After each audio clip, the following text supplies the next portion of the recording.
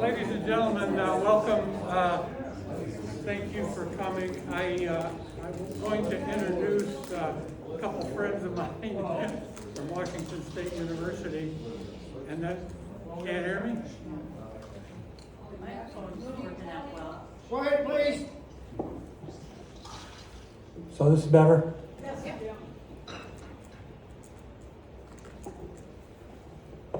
It's my privilege and my pleasure to introduce Professor Hanu Pappu from Washington State University. He is the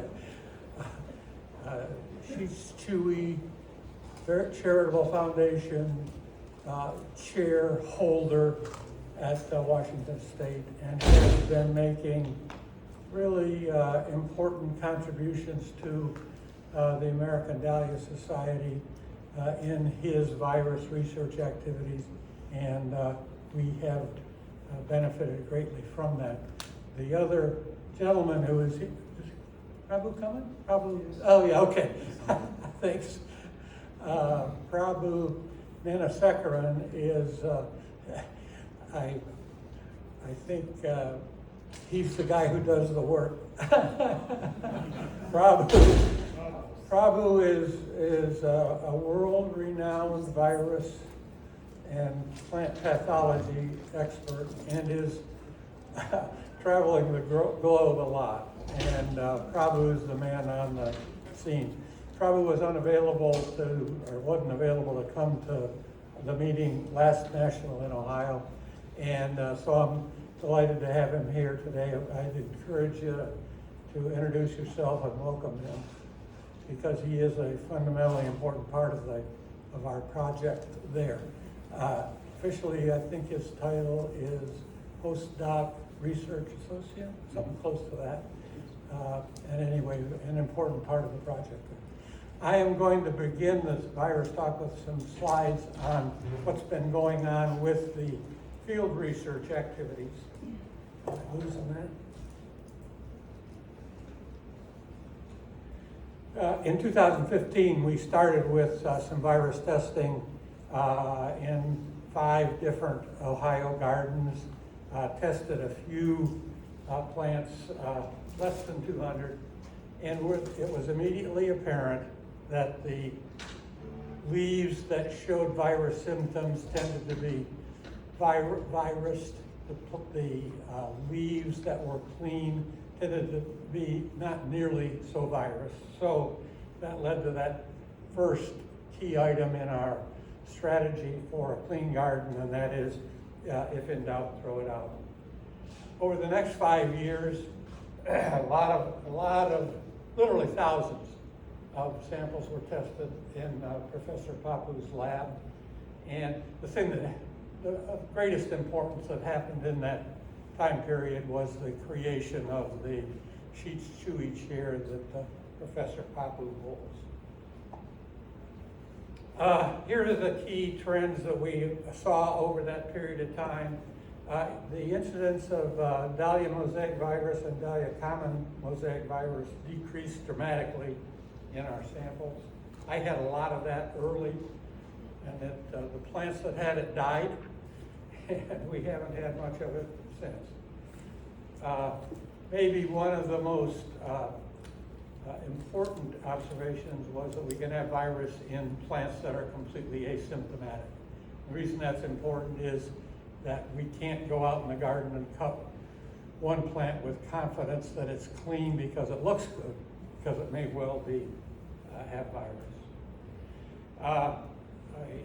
One of the experiments that I talked about a couple of years ago was taking a clean pair of clippers, going out into the garden, cutting a plant that I knew to be virus, single cut, going over to a nearby plant that had never had virus, a seedling that was several years old but had never seen virus. Made one cut on that second plant, and within a month the plant tested positive for virus, and the following season the tubers from that plant produced virus plants. So you need the clean between, and that was the second important result. I should say too that in all of these cases, Professor Pappu said yes, of course. That's just what I would have expected, and he was right. But I think it was dramatic evidence to me that I kind of taken to heart. Similarly important is the fact that seedlings are free from virus. And again, that's what Professor Pappu would have expected. But I think it's interesting that that's true also from plants that are virus. So their seed will be free from virus, which is a nice way to get clean stock, if it's a good seedling. Probably the most recent developments over the last couple of years, we've demonstrated that different viruses behave differently. The key bad actor is the tobacco street virus that persists in the plant through winter storage absolutely routinely. Impatiens necrotic spot virus, on the other hand, seldom persists over the winter. So very, very significantly different behavior. And tomato spotted wilt virus, Linda has made some observations that it can move from plant to plant very rapidly in the garden. So those are some of the more recent results. So the prescription after all of that information is, if in doubt, throw it out.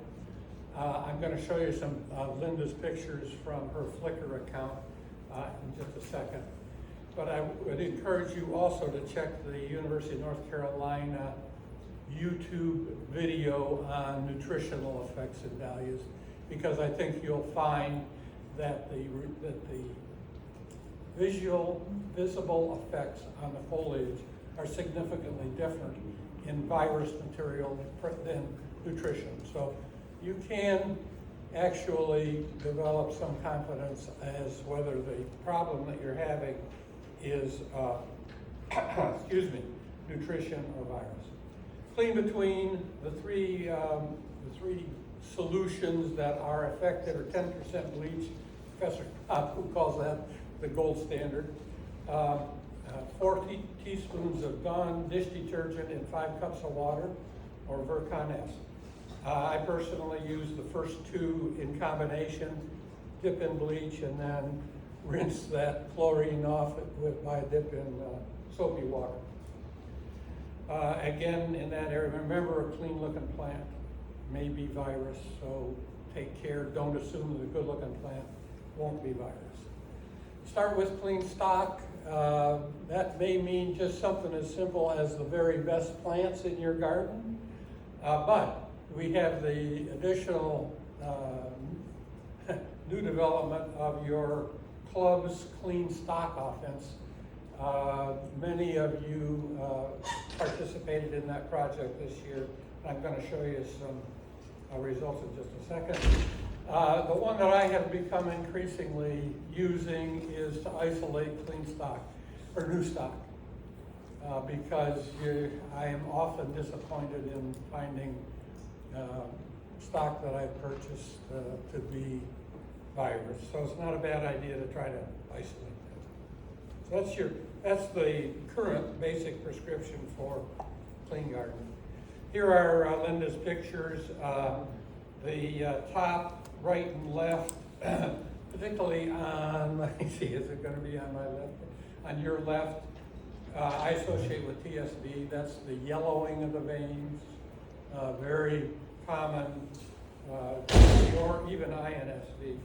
The one on the upper right, Linda, is TSWV, is that right? That one was positive for TSWV. Yeah. And I've often had mosaic show up as the first symptom of TSWV, and then followed by the ring spots, Yeah, which the may be lower- in the same place or different places. Yeah. The one in the lower right, I kind of call that an oak leaf pattern. If you look at the bottom leaf there, you can see kind of the appearance of an oak leaf. But Linda's Flickr account, which is cited, I don't know whether it's on is it on the website? Is Sharon here? If it isn't, we need to put it there. We need to put it there. Is it there?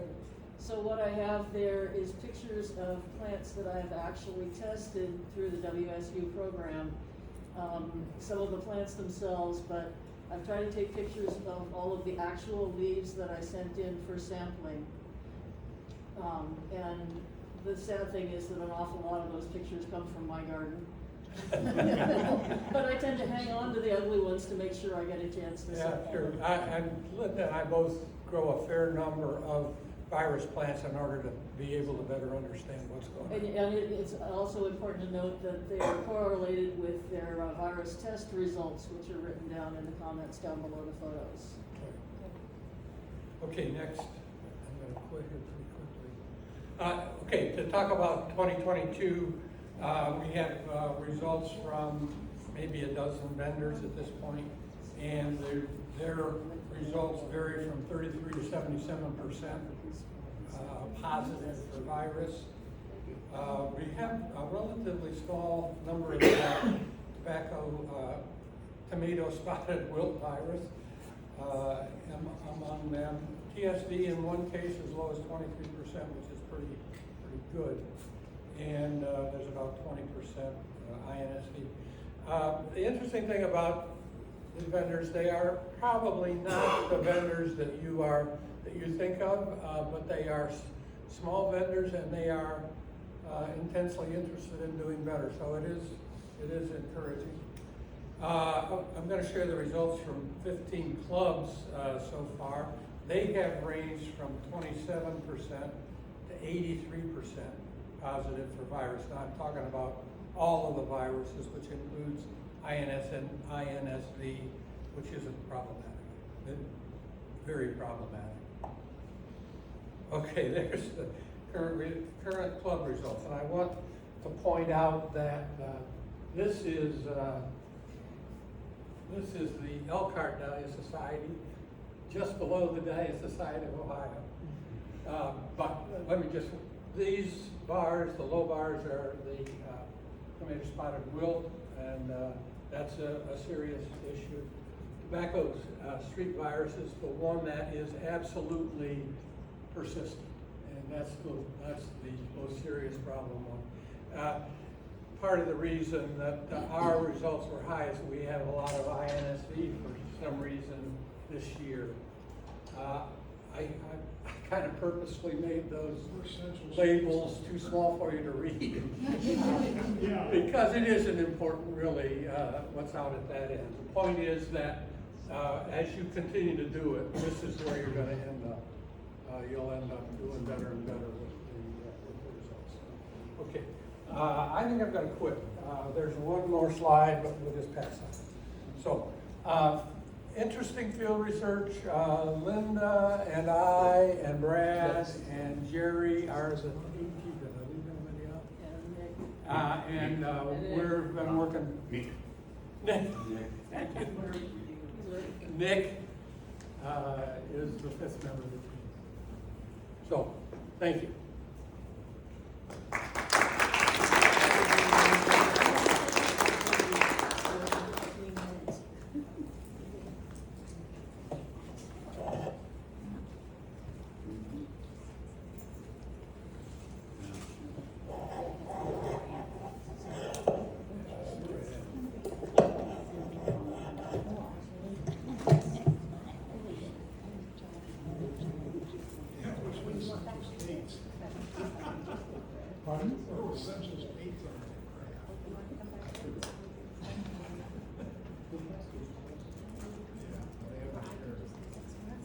Yeah, I should have said that. The results are out from the call of clubs. Each of the club representatives has your results.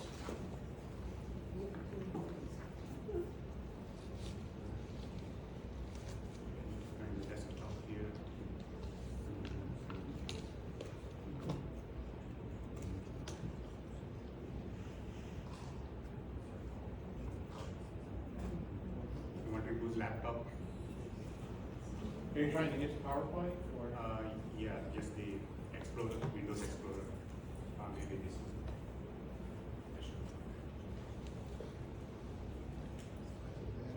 You might be able to use that. Got it? You do horticulture and IT in the garden? I've had a lot of trouble with IT, that's all. It is not always my friend.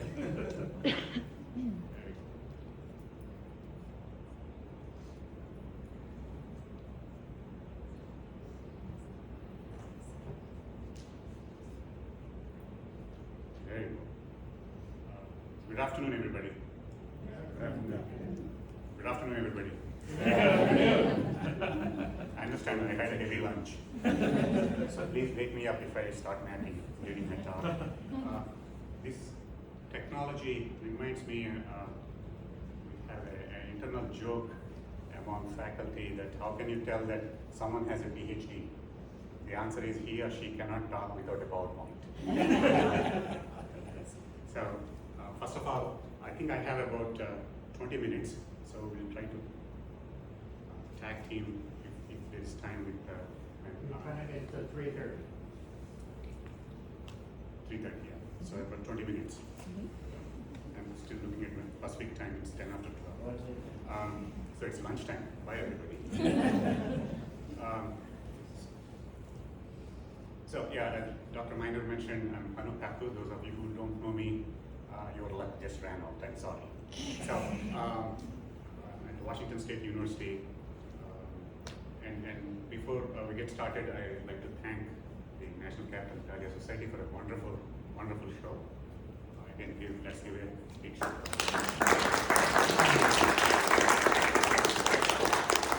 Those of you who know how to whistle, go ahead. I don't, all those long years in graduate school, they did not teach me how to do that. It's a waste of time.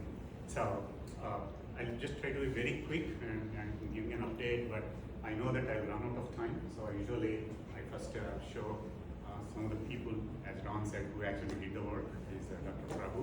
Yeah, he joined my program a couple of years ago. 2 years, right? 2019. Yeah, seems longer, but yeah. So he's a very strong background in biochemistry, molecular biology, and virology as well. And now he's become an expert with tissue culture. So I'm going to give you an update on that. Big thanks to Jim Chui from Ohio. He has been a great supporter of various Dahlia related activities at Washington State through his foundation. He provided a very generous gift that enabled creation of an endowment at Washington State University. Proceeds from that is being used for various research activities on Dahlia at Washington State. And the big advantage of creating an endowment is that the research activities on Dahlia will continue forever, because the interest rate that comes from this large endowment is specifically has to be used for Dahlia activities. It's written in the agreement. So these activities will continue in the future, right? So that's a big advantage of having an endowment, and thanks to Jim Chui. So I will be working on these Dahlia related projects probably at least for the next 100 years, but I'm thinking of after me. So long term. And virus research team that Dr. Ron Miner mentioned, have really been very helpful in providing materials and advice and direction to the program. And of course, American Dahlia Society has been instrumental in getting the whole thing actually facilitated at Washington State University. And some of you probably was wondering, where is this Washington State University? Never heard of it. We are in the eastern edge of Washington State, in the Pacific Northwest, a very rural area. It's surrounded by wheat fields. Eastern Washington, about 2 million acres of wheat. So very big crop, a very beautiful campus, very scenic. So those who haven't been to Pullman, you haven't seen heaven yet. So please add it to your list. I'll be glad to host you. A very big sprawling campus. And this is my lab building. Those of you who haven't listened to my presentation, my lab is located in this building, state-of-the-art facilities, prime location, because we can look straight out of my lab window into football stadium. So home game, Saturday afternoon, circus comes to town. So you wonder, we won't get any work done on Saturdays. So I'll quickly go over a few frequently asked questions. I always did this before in my talks. If you haven't listened to one of my previous talks, I thought maybe it's worth repeating it. I pulled out a deceased plant. Is it okay to plant in the same spot again? If it is a virus plant, it should be fine because these viruses are not known to survive in the soil. So it's okay to plant in the same spot. Is it okay to compost? Not a good idea. So I would not advise. Even though most of these viruses that infect Dahlia are not highly persistent or temperature resistant, but still viruses like tobacco streak, we are finding out is very persistent from season to season. So composting a diseased plant is not a good idea. I see a lot of other bugs. Do they spread these viruses? No. There are only known insects that spread viruses in Dahlia are aphids and thrips. None of the other bugs we run into in the garden, there's no evidence that they spread any of these viruses. And the viruses that Ron mentioned, do they infect other plants? Yes. Many of them have very wide host range. Tobacco streak virus infects more than 200 different plant species. And tomato spotted wilt, more than 1,500 different plant species, and the list keeps growing. So they do have other hosts. So how do we use that information in reducing viruses in my garden? By making sure my garden is clean, the surrounding area is clean, not many weeds, because these viruses survive on a lot of weeds as other hosts. So you are reducing the virus incidence by taking care of weeds. So weed warrior. So we all wear different hats. And tomato spotted wilt, as I said, very wide host range, more than 1,500 viruses from host plants. And there is a joke that if there is no green plant, this particular virus can infect a lamppost. Very wide host range.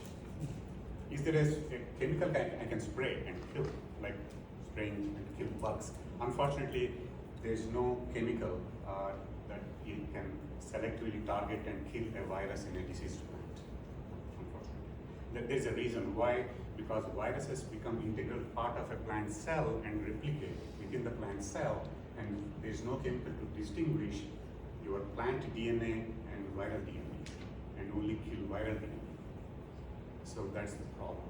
So anyone who can come up with a chemical that can distinguish plant and virus, you are looking at a Nobel Prize.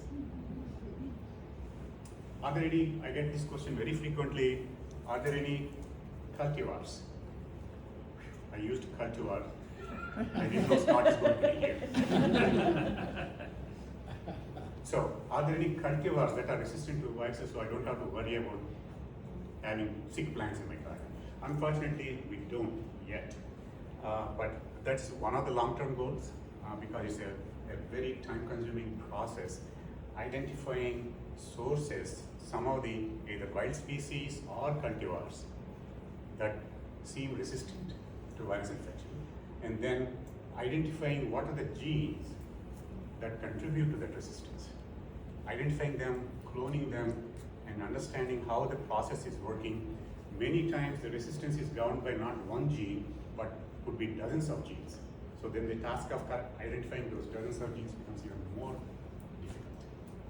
So it's a time-consuming process, but Alex and myself, we've been discussing about that, how to first identify sources so that then we can try to figure out what genes are involved and how we can move them into some of the popular cultivars that are susceptible to virus.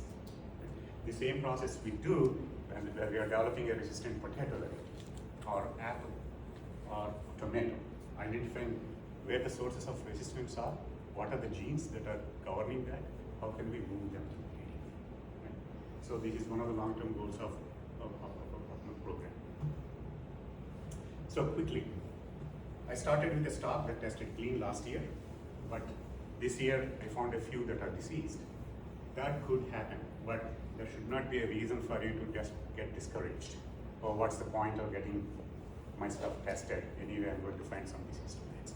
This could happen because of many reasons. A, you may have some insect vector activity during the season, current season, that infected your plant, so your plant is diseased. Or sometimes the samples that came clean last year, as Ron mentioned, They could be asymptomatic and very low levels of virus, and under right conditions, the virus levels increased and started showing symptoms. That's a possibility. But that should not be a reason for you to get disheartened and discouraged. I continue to encourage you to look for clean stock.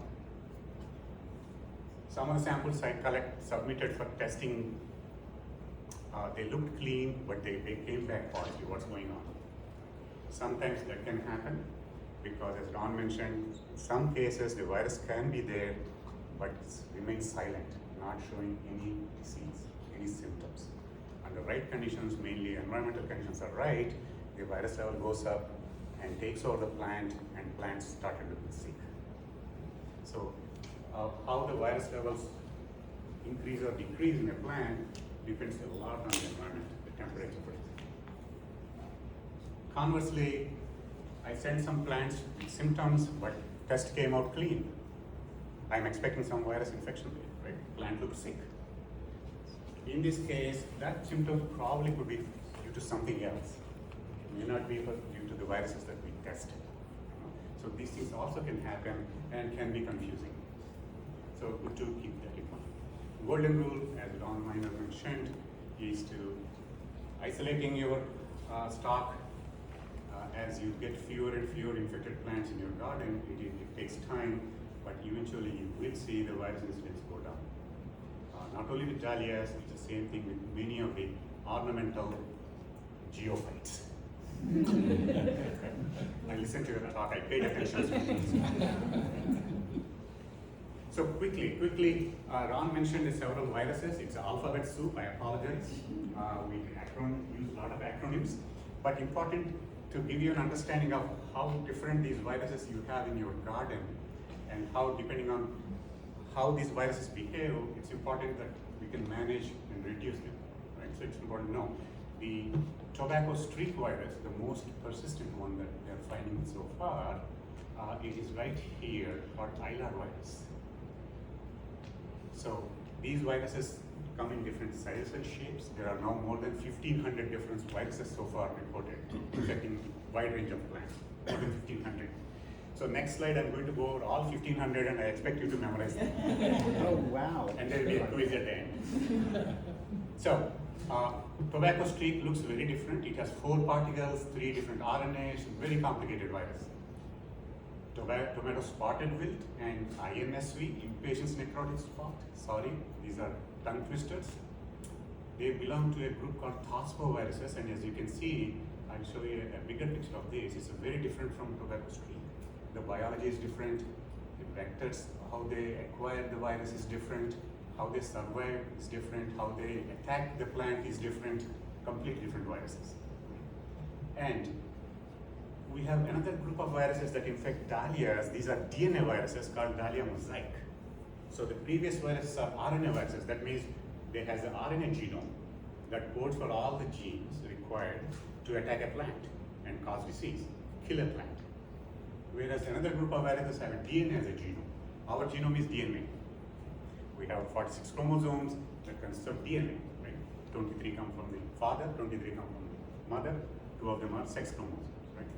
Whereas for viruses, we don't call them chromosomes because it's just a piece of RNA or a DNA. So in case of dahlias, there are 2 viruses that have DNA as a genome. So how we detect, what test we use for detecting, all depends on whether the virus has an RNA genome or a DNA genome, and what genes they code for. So Ron showed this ring spot or netting. Again, it's a very typical symptom of virus infection. So if you see this, you don't need to run a test. You don't need to send a sample for testing. You can be 100% sure it is because of a virus. Some of you want to know if my garden has any virus. Some of you probably want to know which virus, right? It depends on your curiosity and what you want to know. In this case, it is virus infection. So if any of you think that it looks beautiful, there is a budding plant pathologist inside you. So please let him or her out. Let them express. I find it absolutely beautiful. Mother Nature is the best artist of all, in my opinion. Even though Van Gogh is overrated. Tomato spotted wilt and the INS3, as you can see, it looks like a golf ball. Inside is 3 RNAs that code for all genes that can cause disease in a plant. And the uniqueness of these viruses is it has 2 very different hosts. One is plant, and also it can infect and survive in the insect.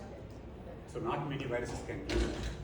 So what are the implications for control? It's very difficult because you have a virus reservoir in the insect as well, not only in the plant. So managing insects becomes impossible. It becomes an important tactic in a commercial cultivation on tomatoes, potatoes, or what have you, on large acreage. Growers also focus on controlling the thrips vector as well because there's a reservoir someplace. Make sense? So again, if something does not make sense, please raise your hand. My wife and son say that I don't most of the time. I disagree. But here it's an example of how complex the viruses are. Right? These are spread by thrips. So if you use yellow or blue sticky cards, you can see them in your garden, these thrips. And Ron mentioned Linda's recent data. Tomato spotted wilt is one of the Dahlia viruses. Relatively can spread very quickly because these are spread by, this virus is spread by thrips, tiny insects. Difficult to see them, you need a magnifying lens. Thing is that in this case, the virus is acquired by larvae and the adult transmits it. And the adult is able to transmit the virus as long as it lives because the virus keeps multiplying in the insect also. So the insect becomes a factory for the virus, not only the plant. So that's the reason why sometimes under the right conditions, if the conditions are right for the insect to multiply in large numbers, you see a sudden spread of the virus from one plant to several plants. Yes? Did I hear you correctly that the adult can pass the virus to the larva, the egg to the larva? Good question. The virus, does the insect adult pass the virus through egg to the next generation? No, there is no evidence. But larvae feeding on a deceased plant can acquire it, and the adult that emerges will actually start spreading it. So the winged adult is the problem. Larvae don't move much, right? So what we are doing right now is focusing on the insect vector and trying to see if we can use genome editing techniques, targeting a specific gene that is important for the insect development from larvae to pupation to adult.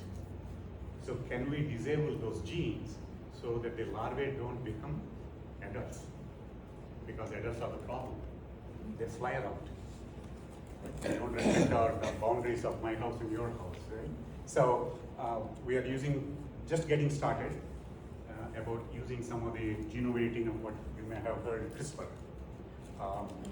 And that's one project that's coming off the ground. And speaking of genes and genomes, 2 DNA viruses that infect Dahlia are Dahlia mosaic virus and Dahlia common mosaic. So we have a very good understanding of what genes are involved, what their function is in causing disease, and how these are spread by aphids in this case. And one project that we are now trying to get off the ground is we know everything about the virus, but we don't know what it's actually doing to the plant at the molecular level. What viral proteins are interacting with the plant proteins, and this interaction is leading to disease. Identifying what plant proteins are being targeted by the viral proteins, can we come up with ways to interfere so that the interaction does not take place? So for that, again, we are trying to identify the genes and the proteins on the plant side, host plant in Dahlia, that these viral proteins are targeting. So this is another project that we're thinking of getting started because we have some good baseline information on it. How these symptoms you see, how does the symptoms spread in the plant? Because the virus actually moves from cell to cell in long distance through tiny canals, if you will, between cells. And recently, Prabhu developed a good test for the Dahlia mosaic and Dahlia common mosaic, 2 viruses. One test is specific for each virus and one test for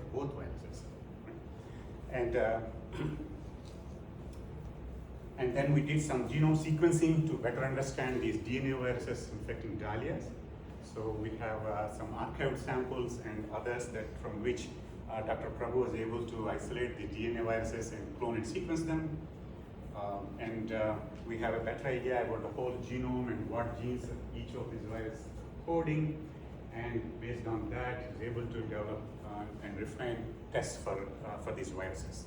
So for lack of time, I'll just skip these data, but essentially, Dr. Prabhu compared these two viruses from different states in the US at the genetic level and what genes are there and how closely related they are. Because it's important to know to be able to differentiate. And I have about 1 minute for the tissue culture project. Again, this project started 3-4 years ago, thanks to Jim Chui, generous gift. Prabhu is leading it. Kristen Hanu is a technician, just joined last year. They've really made a lot of progress in terms of getting a tissue culture pipeline established. The long-term goal here is to provide virus-tested plants generated through tissue culture. So that is something that we are working very actively on this. Various stages in the tissue culture process. We start with stem segments or shoot tip and then grow them in a very specific media so that these stem segments start producing shoots. So that is again, plants have this very unique ability. You can start with a single cell of a plant under right conditions, under right growth medium, you can generate whole plant from a single cell. Right? It's what you call totipotency. So once we have the shoots, then we switch them to a different media to encourage roots. Right? Plants, they need roots. So from shoots, then they are moved to a different medium that now the plants start producing roots. And again, it's a lot of TLC, tender loving care, babysitting, and you have whole plants in a pot, in a potted soil. And again, because they came from a very controlled environment in a growth cabinet, moving them into a greenhouse can be a shock to them. So the transition has to be very slow. So we move them from controlled conditions to a growth room, cabinet to a greenhouse, and eventually outside to just lessen the shock. And again, we have whole plants, flowering plants from tissue culture. Typically, I was telling Alex that every time we have some flowers in the greenhouse, I usually make it a point to take them and give them to our administrative manager. She appreciates it. And she makes sure all the bills are paid. So we have tubers from the tissue culture grown plants here. Very recently, these are some of them moved into greenhouse, doing quite well. Thanks to Prabhu and Kristen. Again, as Ron said, they do all the work, and I really like them because they let me take the credit. So as far as I'm concerned, it's a win-win situation, as far as I'm concerned. So quickly, again, more of plants in tissue culture in the greenhouse are growing quite well because our greenhouse conditions are not really ideal, so somewhat harsh, and it's a good test that they survive in the greenhouse. And then very recently, the idea came from the research team that let us start with a foundation block. So the research team selected a few popular cultivars, and the idea is to start a foundation block, and from which we use that material, put them into tissue culture pipeline, to have tissue culture generated materials for selected varieties, cultivars to start with. Right? So this is a pictures of some of the those different cultivars in the foundation block. Foundation block essentially is a highly controlled walk-in growth room, and with a limited access to only a few people. And the idea is to keep all the insects out, and it's a computerized environmental conditions of light, temperature, and humidity.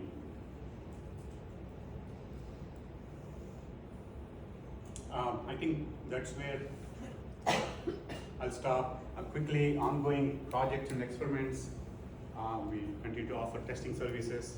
Again, thanks to support by Jim Chui and Tissue Culture Project, we are making some progress. I just mentioned about foundation block. And Dr. Prabhu is continuing his work on genetic diversity studies of these 2 DNA viruses and to better understand how they cause disease that they do. And I'll stop there. And just a couple of things I wanted to say based on what Scott mentioned. In fact, Washington Post probably has some of the best science writers. And I regularly follow the science section. I think it's every Thursdays or Wednesdays, I forgot, sorry.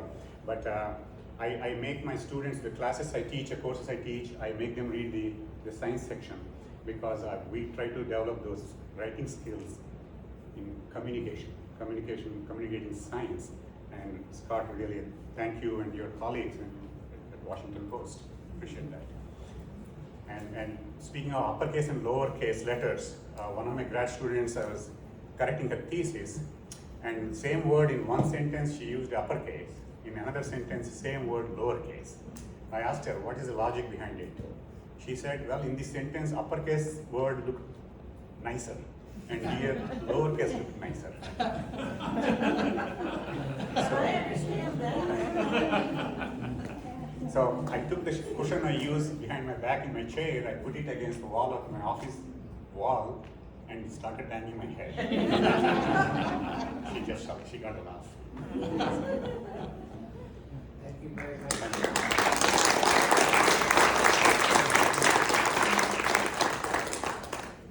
Sorry, any questions? I'm taking Alex's time.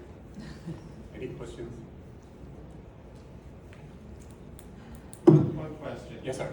Has anybody ever tested Dahlia, Dahlias that you're getting like from the big box stores that are mass produced? Do you know to what extent they're virus? Good question. Not that I'm aware of. Okay. That there's any kind of a testing. But some of the large scale growers, one I know of in California, they have SOPs. They test for selected viruses for their material, but not all of them. And one of the largest growers of dahlias, commercial growers, they don't test. They don't test. Interesting. I have a question.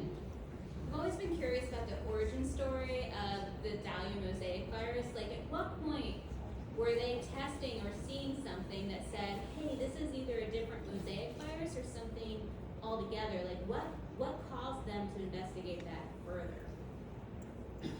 Sorry, if I got your question correctly, how do you tell them apart? Something is because of virus or? There's an origin story to it because Dahlia mosaic virus is relatively new, correct? Yes. Yeah, I mean, compared to the other ones. So, like, when did they discover it, and was there a phenotypic significant difference that made them investigate it? Good question. How do you find a new virus? It's just process of elimination. So we test a sick plant, a dahlia plant for known viruses. We didn't find anything, but still you have a hunch that the symptoms could be because of the virus. Then we look for something that's new. That's how the Dahlia mosaic virus was first found.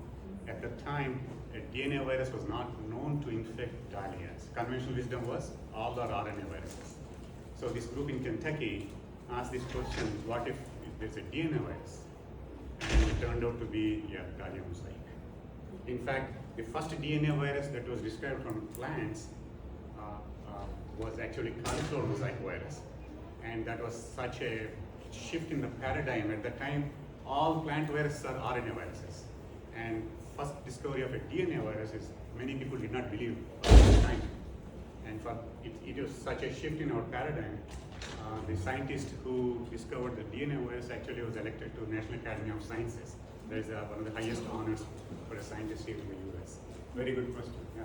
Thank you very much. Now we have to go on to the next talk.